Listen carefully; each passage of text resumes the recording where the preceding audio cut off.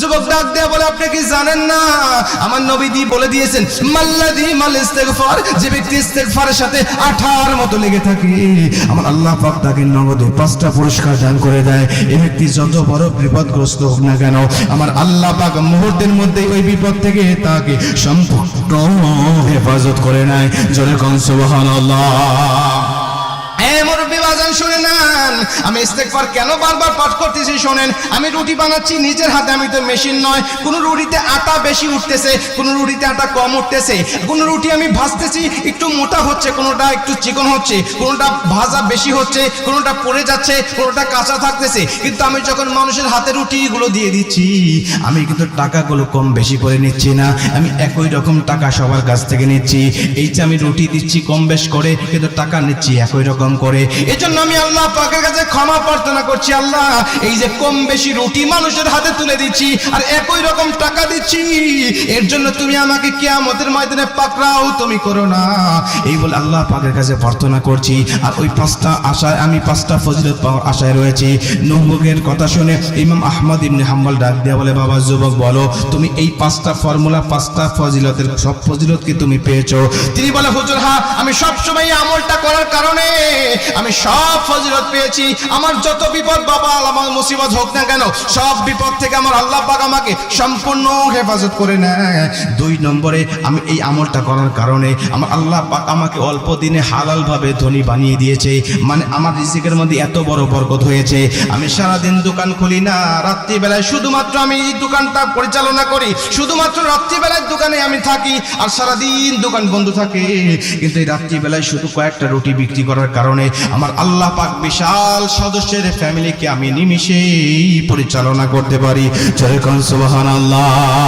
মানে ইস্তেগফার পাঠ করার কারণে আমার আল্লাহ আমাকে অল্প দিনে আমার রিজিকের মধ্যে এত বরকত দিয়েছে, সামান্য কয়েকটা রুটি বিক্রি করে আমার পুরো ফ্যামিলিটা আমি খুব সুন্দরভাবে আমি চালাতে পারি। সুবহানাল্লাহ।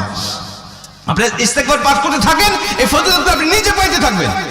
যুবক ডাক দিয়ে বলে, হুজুর শোনেন, আপনার পরিচয়টা আমি জানি না, তবে আপনি শোনেন 3 নম্বরে এই ইস্তেগফার পাঠ করার কারণে আমার আল্লাহ পাক এত ফজিলত আমাকে দান করেছে। আমার আল্লাহ পাক আমাকে মুস্তাজাবুদ দাওয়া বানিয়ে দিয়েছে। আমি হাত তুলে আল্লাহ পাকের কাছে যে দোয়া করি না কেন আল্লাহ পাক আমার সেই দোয়াটা কবুল করে নেয়।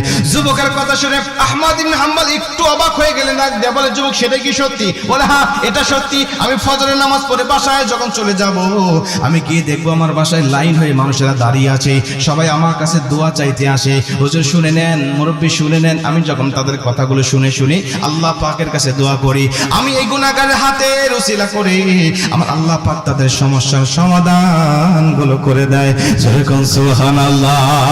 মানে আমি ইস্তেগফার পাঠ করার কারণে আল্লাহ পাক আমাকে মুস্তাজাবুদ দাওয়া বানিয়ে দিয়েছে। আমার আল্লাহ পাক আমার জীবনে সব দোয়াগুলো কবুল করে নিয়েছে।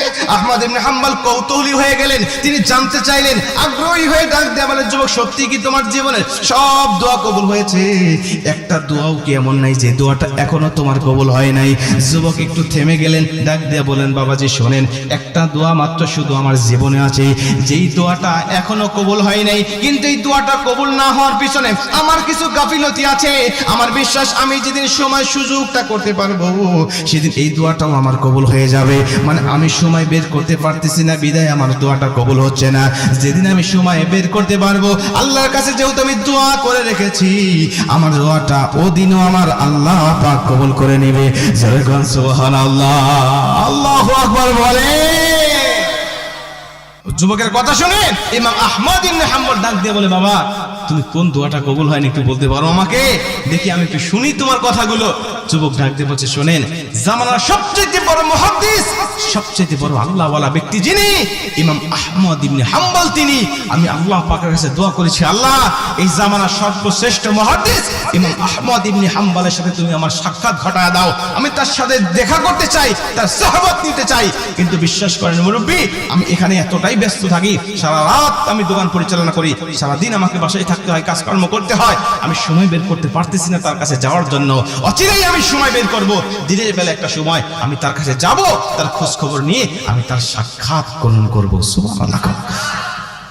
ইমাম আহমদ ইবনে হাম্বল চোখের পানি ছেড়ে দিলেন। চোখের পানি ছেড়ে দিয়ে ডাক দেখা, যুবক, সত্যি আমার আল্লাহ তোমাকে মুস্তাজাবুদ দাওয়া বানিয়ে দিয়েছে, সত্যি আমার আল্লাহ পাক তোমার সব দোয়া কবুল করে নিয়েছে।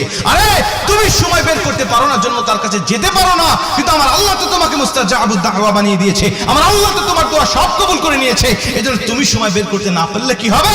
ইমাম আহমদ ইবনে হাম্বলকে সেখান থেকে তুলে নিয়ে এসে মসজিদে ঢুকাইছে। মসজিদেও তো থাকার জায়গা করে নাই, তোমার সামনে এসে সারা রাত এতিমের মতো বসায় রাখছে। আমি আহমদ ইবনে হাম্বল, অন্য কেউ নয়। আমি আহমদ ইবনে হাম্বল, যার সাক্ষাৎ গ্রহণ করার জন্য তুমি বারবার আল্লাহর কাছে দোয়া করেছো। আমার আল্লাহ সেই আহমদ ইবনে হাম্বলকে তোমার দোকানের কাছে, তোমার দোকানে মেহমান বানায় রাখছে। সুবহানাল্লাহ।